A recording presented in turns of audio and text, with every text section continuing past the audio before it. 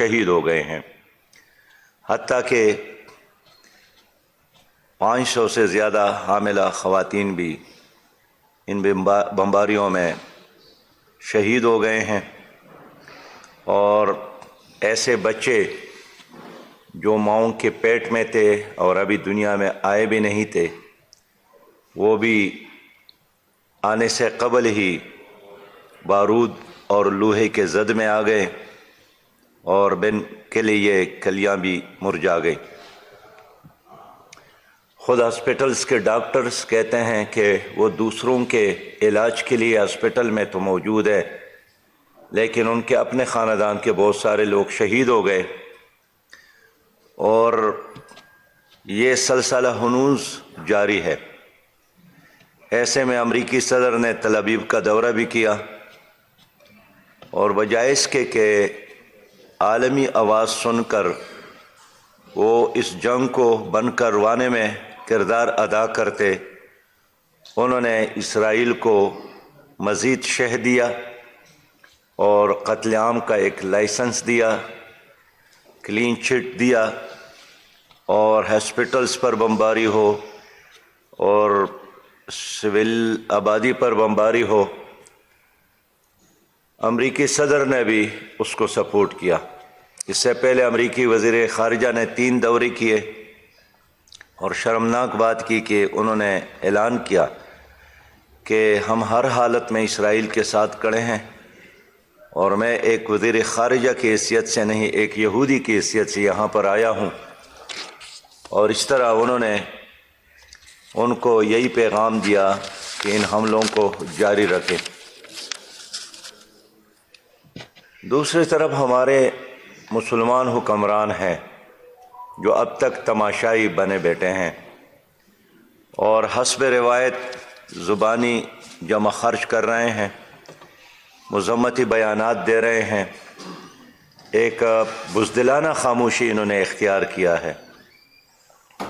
OIC کے executive committee کا اجلاس بھی ہوا، لوگوں کا خیال تھا کہ وہ کوئی مؤثر لائحہ عمل اعلان کرے گا، لیکن ان کا اٹھنا بیٹھنا بھی نشستن برخاستن اور روایتی بیانات دینے سے زیادہ نہیں ہے، اور سب لوگ اس کے انتظار میں ہیں کہ غزہ ملبے کا ڈھیر بن جائے اور آخری انسانی ہچکی بھی وہاں خاموش ہو جائیں۔ اب اسرائیل کے اس ظلم کے مقابلے میں 25 لاکھ آبادی کہاں تک کھڑی ہو سکتی ہے؟ 3 لاکھ فوج غزہ کے چاروں طرف موجود ہے اور ایک طرف سمندر ہے۔ افسوس یہ ہے کہ خود مصر نے بھی سرائے سینا میں ان کے جانے کے راستے بند کیے ہیں، اور اعلان کیا ہے کہ ہم ان کے قافلوں کو راستہ نہیں دیں گے۔ اب اسرائیلیوں کے اس ظلم کے مقابلے میں فلسطینیوں کے ساتھ 3 راستے ہیں۔ ایک راستہ یہی ہے کہ وہ غلامی قبول کرے اور ہمیشہ کے لیے یہودیوں کی غلام رہے، آئندہ نسلیں بھی ان کے غلام رہے۔ دوسرا راستہ یہی ہے کہ وہ اپنے گھر، اپنی جائیدادیں اور شہر ان کے حوالے کر لے اور مسجد اقصیٰ سے دستبردار ہو جائے۔ اور تیسرا راستہ مزاحمت کا ہے، جدوجہد کا ہے، شہادت کا ہے، اللہ کے راستے میں جہاد کا ہے۔ تو غزہ کے لوگوں نے یہی فیصلہ کیا ہے کہ ہم نہ گھر چھوڑیں گے، نہ مسجد اقصیٰ سے دستبردار ہو جائیں گے، نہ یہودیوں کی اور اسرائیلیوں کی غلامی قبول کریں گے، اور انہوں نے جدوجہد کا راستہ اختیار کیا۔ لیکن ساری دنیا یہی پوچھتی ہے کہ اگر مغربی ممالک اسرائیلیوں کا ساتھ دیتے ہیں تو آخر عالمی اسلام اور 2.25 ارب مسلم امہ کیوں خاموش ہے؟ وہاں کے بچوں کی آوازیں آپ کیوں نہیں سن رہے ہیں؟ وہاں کے ماؤں، بہنوں اور بیٹیوں کی چیخیں آپ کی ضمیر کو کیوں نہیں جگا رہی ہے؟ عالمی اسلام جو اس وقت 2.25 ارب پر مشتمل ہے، اور 74 لاکھ افواج پر مشتمل فوج موجود ہے اور دنیا کے بہترین افواج عالم اسلام کے ساتھ ہے۔ تو اگر یہ سب کچھ امت مسلمہ اور مسجد اقصی اور فلسطینیوں کو بچانے کے لیے کام نہیں آتے تو پھر آخر یہ کب مسلمانوں کے کام آئیں گے؟ ایک بے بسی ہے، ایک خاموشی ہے اور سارے لوگ تماشائی بنے بیٹھے ہیں۔ کہیں کہیں سے کوئی مذمتی بیانات آ جائے تو وہ بھی سمجھتے ہیں کہ ہم نے بہت بڑا احسان کیا کہ ہم نے کوئی مذمتی بیان دیا۔ علامہ اقبال نے عرصہ قبل اسی طرح صورتحال پر ایک تبصرہ کیا ہے کہ یہ جرم ضعیفی ہے، اور اس نے ایک تیتر کا مثال پیش کیا ہے، ایک مرغک کا، کہ اے مرغک بیچارہ ذرا یہ تو بتا تو تیرا وہ گناہ کیا ہے یہ ہے جس کے مکافات، افسوس صد افسوس کے شاہی نہ بنا تو، دیکھے نہ تیرے آنکھوں نے فطرت کے اشارات، تقدیر کے قاضی کا یہ فتویٰ ہے ازل سے، اے جرم ضعیفی کی سزا مرگ مفاجات۔ ایک فلسطینی صحافی نے صحیح جواب دیا کہ جو لوگ ہم سے کہتے ہیں کہ اسرائیل سے مذاکرات کرے تو یوں تو مذاکرات ہمیشہ ہوتے رہتے ہیں، لیکن اس سچویشن میں مذاکرات اسی طرح ہے جس طرح ایک چوری اور گھلے کے مذاکرات ہو۔ میں سمجھتا ہوں کہ یہی وہ لمحہ ہے کہ عالم اسلام آگے بڑھے اور فلسطین کو بچانے کے لیے اپنا فرض ادا کرے، ورنہ یہ مرحلہ اگر ہم کھو گئے تو کہتے ہیں کہ لمحوں نے خطا کی اور صدیوں نے سزا پائی۔ اسرائیل آگے بڑھے گا، گریٹر اسرائیل کا نقشہ ان کے سامنے ہے، اور سب سے بڑھ کر جو نفرت ہے اور دشمنی کے جذبات ہے اسرائیلیوں کے دلوں میں، وہ عربوں سے زیادہ پاکستان کے لیے ہے۔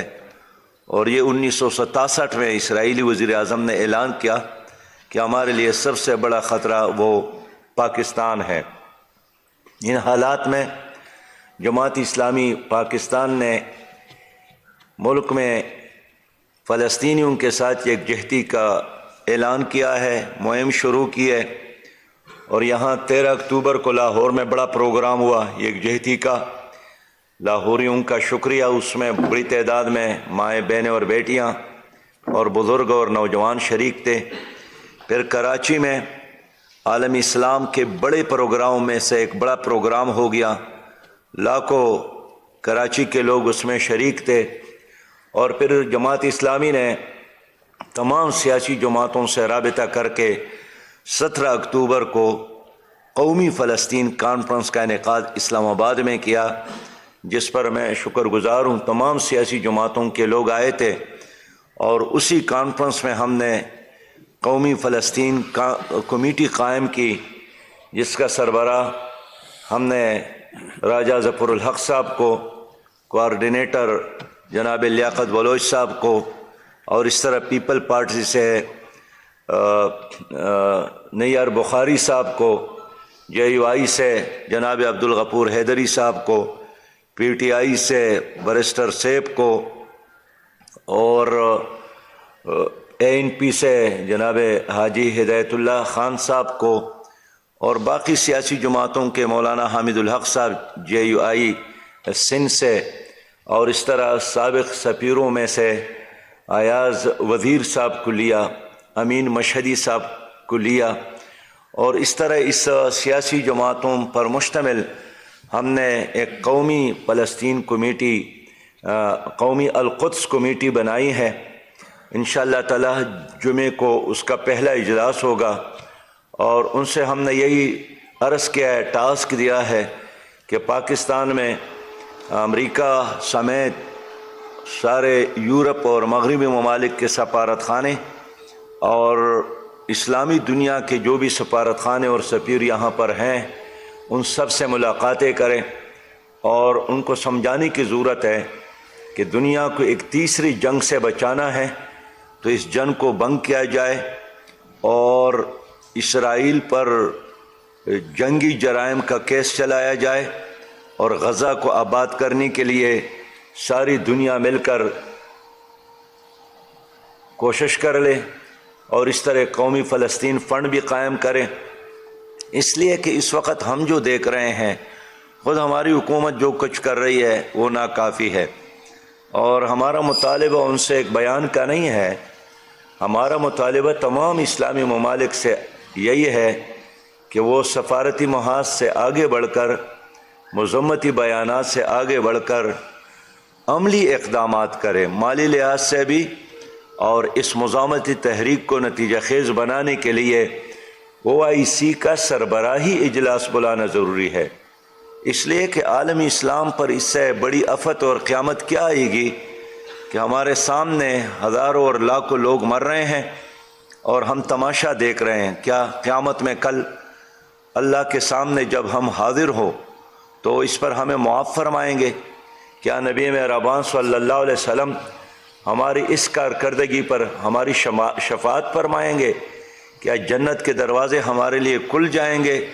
اس لیے یہ ایمانی غیرت کا اور حمیت کا تقاضا یہ ہے کہ ہم فلسطینیوں کے عملی امداد کے لیے بین الاقوامی سطح پر اور خاص کر عالمی اسلام کے سطح پر تعاون کریں۔ اس وقت آپ نے دیکھا کہ روس نے بھی سلامتی کونسل میں جنگ بندی کی قرارداد پیش کی، امریکہ نے اس کو بھی ویٹو کیا، پھر برازیل نے قرارداد پیش کی، امریکہ نے اس کو بھی ویٹو کیا، اور اس طرح گزشتہ عرصے میں 49 سے زیادہ بار امریکہ نے فلسطینیوں کے حق میں جو بھی قراردادیں ہیں 49 بار ویٹو کیا ہے۔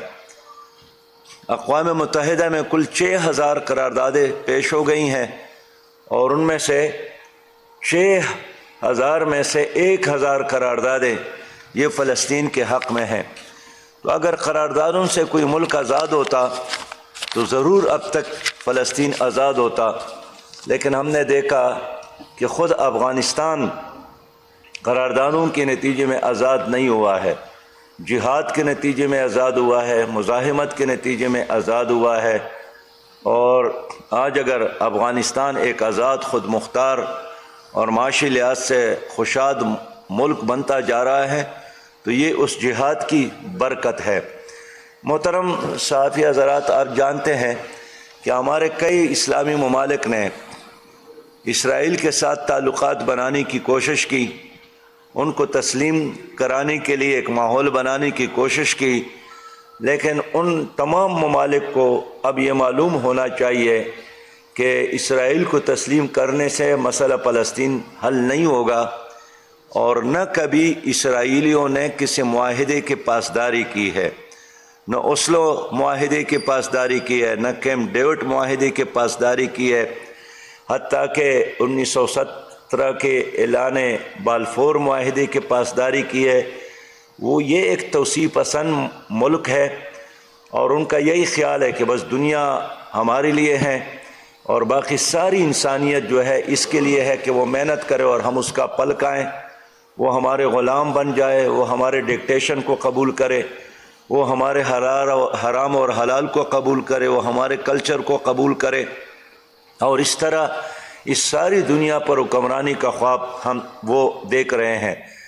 تو میں آپ سے یہی عرض کرنا چاہتا ہوں کہ جدوجہد اور مزاحمت اور مقابلے کے علاوہ اور کوئی راستہ نہیں ہے، دو ہی راستے ہیں، یا ذلت کے ساتھ موت ہے یا عزت کے ساتھ زندگی ہے، بے شک ایک دن ہو۔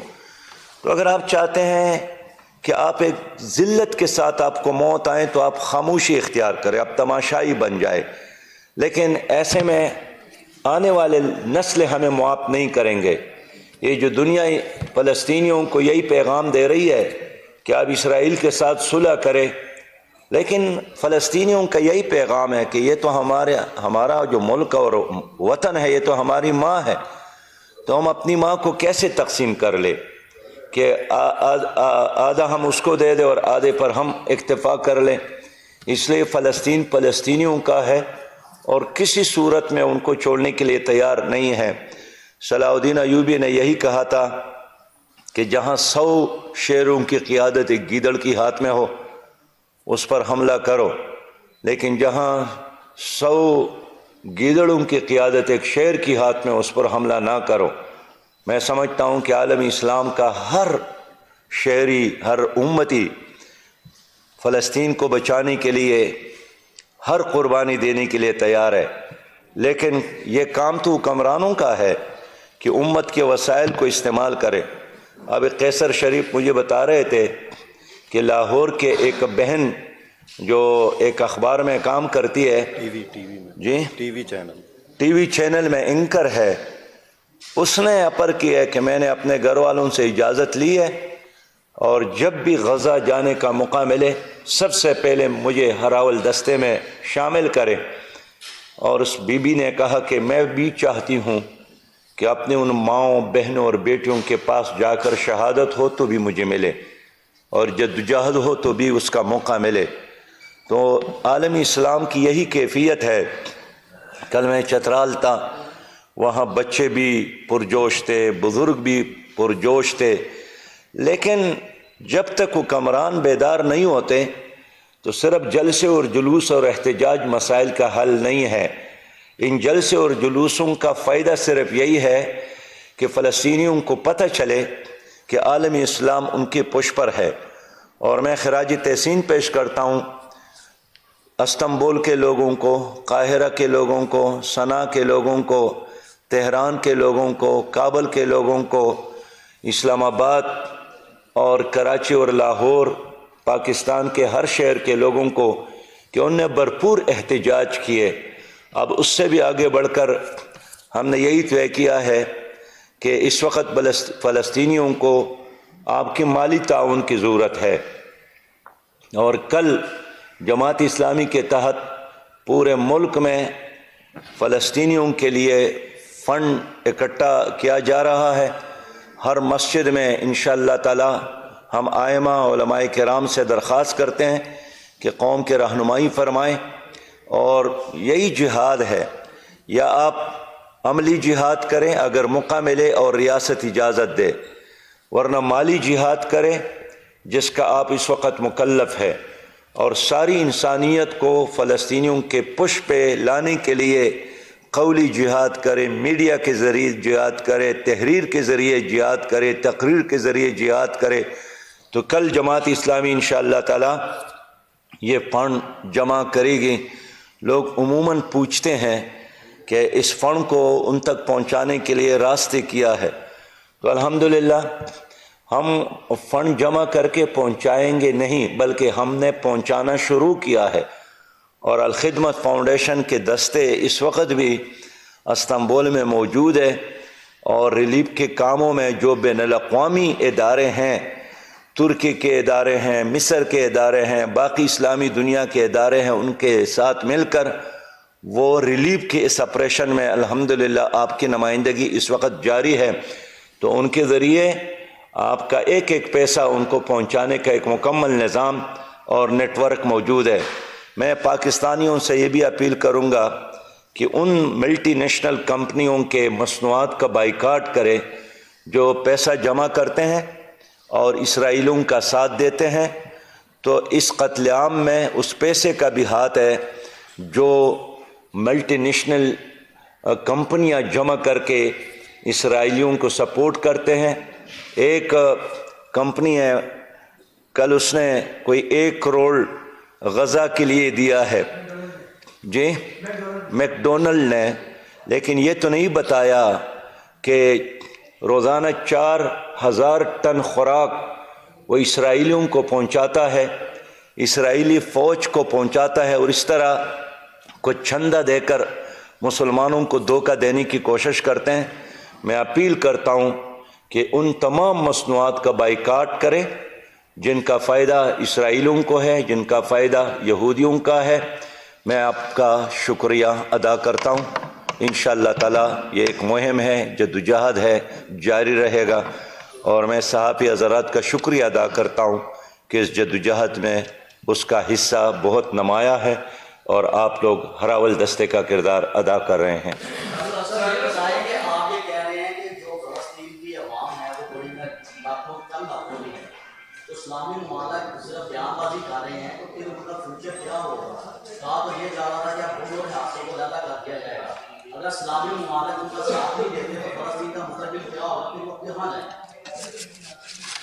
دیکھیے آپ جانتے ہیں اگر اسلامی ممالک نے ساتھ نہیں دیا تو ہمارے سامنے غرناطہ کا مثال موجود ہے. غرناطہ میں بھی اسی طرح لوگوں نے ساتھ نہیں دیا تو 500 سال غرناطہ میں اذان پر پابندی رہی اور وہاں کی مساجد نے پھر اذان نہیں سنی. سقوط بخارا، سقوط بغداد، یہ ساری مثالیں ہمارے سامنے ہیں. 30 لاکھ لوگ قرطبہ اور غرناطے سے نکالے گئے یا شہید کیے گئے، ان کے سروں کی مینار بنائے گئے، ان کی بیٹیوں کے اجتماعی جلوس نکال کر ننگا کیے گئے، ان کے مساجد استبل بنائے گئے. اور ہم نے یہی دیکھا ہے. اگر مسلمان بیدار نہیں ہے تو ہمارے سامنے بابری مسجد کس طرح شہید ہو رہی تھی اور ساری دنیا تماشا دیکھ رہی تھی، اور کچھ غنڈے اور کچھ بدماش اور کچھ دہشت گرد بیلچے اور کیا کہتے ہیں اس کو آلات لے کر، ہتھوڑے اٹھا کر اس مقدس گنبد کو توڑ رہے تھے، مینار کو توڑ رہے تھے. ساری دنیا تماشا دیکھ رہی تھی. تو ہم اس لیے چاہتے ہیں کہ اس سے پہلے کہ یہ مزاحمت ختم ہو، عالمی اسلام، مسلمان حکمران عملی تعاون کے لیے وہاں پہنچے، عملی تعاون کے لیے وہاں پہنچے. یہ بتا دیں کہ اچانک 15 کروڑ ڈالر کی عالمی بینک نے پاکستان کو رضامندی ظاہر کر دی ہے، اور ساتھ ہی ورلڈ بینک نے بھی 1.5 کروڑ روپے کی گرانٹ کی فراہمی کی منظوری بھی دینے کی بات کر دی ہے.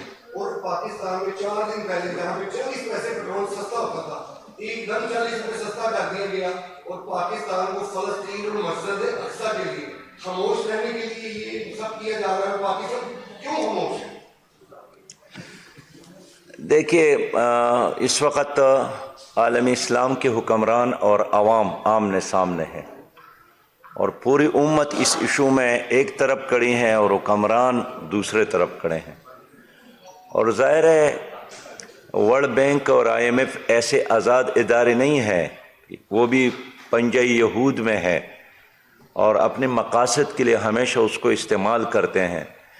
لیکن ہمارے مشکلات کا علاج، پاکستان کی معاشی مشکلات کا علاج نہ 15 کروڑ ہے اور نہ 15 ارب ڈالر ہے.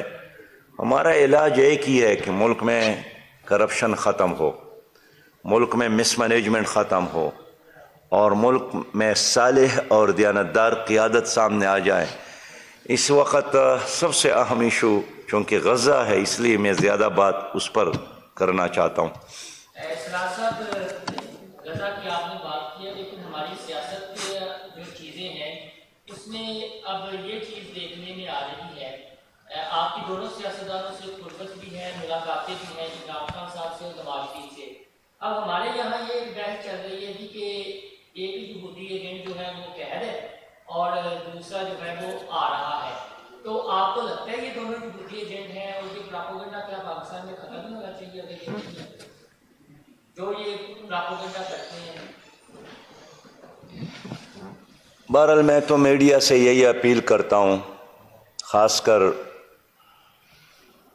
الیکٹرانک میڈیا سے، فرنٹ میڈیا سے، سوشل میڈیا سے، کہ اگر پاکستان میں کچھ لابیز ایسی ہیں جو فلسطین اور غزہ کے اس اہم ایشو کی بجائے جعلی اور مصنوعی ایشوز کو اٹھانے کی کوشش کرتے ہیں، تو پاکستانی ہونے کے ناطے، ایک انسان ہونے کے ناطے اسی ایشو پر مرکوز رکھے، قوم کی نمائندگی کرے، ترجمانی کرے، رہنمائی کرے، جس کا اس وقت امت کو ضرورت ہے.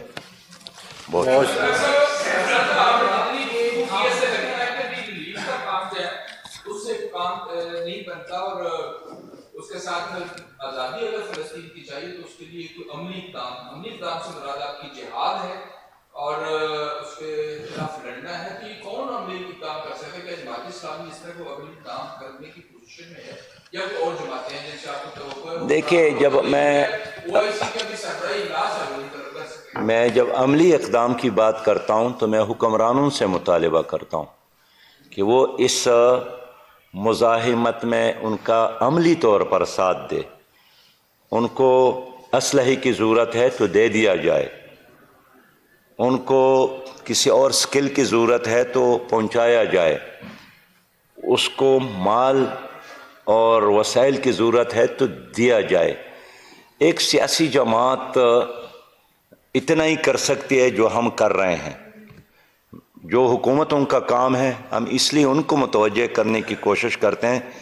اگر آپ لوگوں نے یہ نہیں کیا تو میں دیکھتا ہوں کہ عالمی سطح پر خاص کر عالم اسلام کے عوام ہوں گے اور حکمرانوں کے گریبان ہوں گے. جی شیخ صاحب. ایسا بھی فرمائیے گا کہ جب مسئلہ کشمیر تھا تو اس کے حل کے لیے جو ہے ڈیولپ بھی کیے گئے. قاضی حسین احمد صاحب نے بڑی توجہ بھی کی تھی اور مجاہدین بھی یہاں سے گئے. آپ سمجھتے کہ جماعت اسلامی کے پاس مجاہدین ہیں اور ان کو فلسطین بھیجنا چاہیے اور اس جنگ میں جو ہے اپنا کردار ادا کرنا چاہیے؟ پوری قوم مجاہد. ویسے یہ پوری امت بیدار ہے، چند مجاہدین کی بات نہیں ہے، پوری قوم تیار ہے، کچھ لوگوں کی بات نہیں ہے. لیکن سب سے اہم کام تو یہی ہے کہ حکمران اس کے لیے تیار ہو جائے. تو جن کو ہم نے ٹریننگ دی ہے عالمی سطح پر 74 لاکھ فوج ہے، یہ 74 لاکھ فوج یہ عالم اسلام کی فوج ہے. تو یہ تماشا کرے اور کچھ عام لوگ وہاں پہ جا کر کارروائی کرے. ہم یہی چاہتے ہیں کہ اگر امریکہ اور فرانس اور جرمن اور باقی دنیا وہاں پر آ سکتے ہیں، ان کا بحری بیڑا وہاں پر پہنچ سکتا ہے، تو ہمارے وسائل اور ہماری طاقت بھی وہاں نظر آنی چاہیے. سوال یہ ہے کہ پاکستان ہمیشہ لیتا ہے اسرائیل کے معاملے میں، لیکن اس بار نگران حکومت ہے. کہیں پاکستان دفاعی پوزیشن کے اوپر تو نہیں ہے، پاکستان ایک نگران حکومت ہونے کی وجہ سے طرح ٹوٹ کے پوزیشن نہیں لے رہا. اگر کوئی الیکٹڈ گورنمنٹ ہوتی، کوئی پراپر گورنمنٹ ہوتی تو صورتحال مختلف ہوتی. کیونکہ پاکستان میں ایک بحث ہے کہ عرب ممالک اگر اسرائیل کو تسلیم کر رہے ہیں جو اس کے ہمسائے ہیں تو آپ کو کیا مسئلہ ہے، آپ بھی تسلیم کر لیں. کہ اس لابی کا اثر ہے، نگران حکومت ہونا وجہ ہے یا کوئی اور وجہ ہے؟ دیکھیں، نگران حکومت کے وزیر اعظم نے جو سٹیٹمنٹ بالکل ابتدا میں دیا تھا، ٹویٹ کیا تھا 2 ریاستی حل کا، پوری قوم نے اس موقف کو مسترد کیا ہے. وہ پاکستان کا موقف نہیں ہے، وہ قائد اعظم کا موقف نہیں ہے، وہ ہمارا 76 سالہ موقف نہیں ہے، وہ فلسطینیوں کا موقف نہیں ہے. یہ ایک دھوکہ ہے جو فلسطینیوں کے ساتھ کرنے کی کوشش کچھ لوگ کر رہے ہیں. ہمارا بالکل واضح اعلان یہی ہے پاکستان کا کہ فلسطین فلسطینیوں کا ہے اور ادھر ادھر سے جو یہودی وہاں پر جمع ہیں اور اب وہاں اپنا قبضہ انہوں نے برقرار رکھا ہے، یہ ہر لحاظ سے ناجائز ہے. اور یہ اعلان آپ کو یاد ہوگا 1934 میں مسلم لیگ کے اجلاس میں ہوا تھا. 23 مارچ 1940 کو پاکستان کا قرارداد بعد میں منظور ہوا، فلسطینیوں کے ساتھ یکجہتی پہلے ہوا. 1948 میں پھر قائد اعظم نے اس موقف کو دہرایا تھا کہ ہم کسی بھی صورت میں اسرائیل کو تسلیم نہیں کریں گے، یہ ایک ناجائز ریاست ہے. اور آج تک پاکستان اسی موقف پر قائم ہے. لہذا کوئی وزیر یا کوئی وزیر اعظم اس موقف کو تبدیل کرنا بھی چاہے تو یہ ان کی غلط فہمی ہے. بہت شکریہ، بہت شکریہ.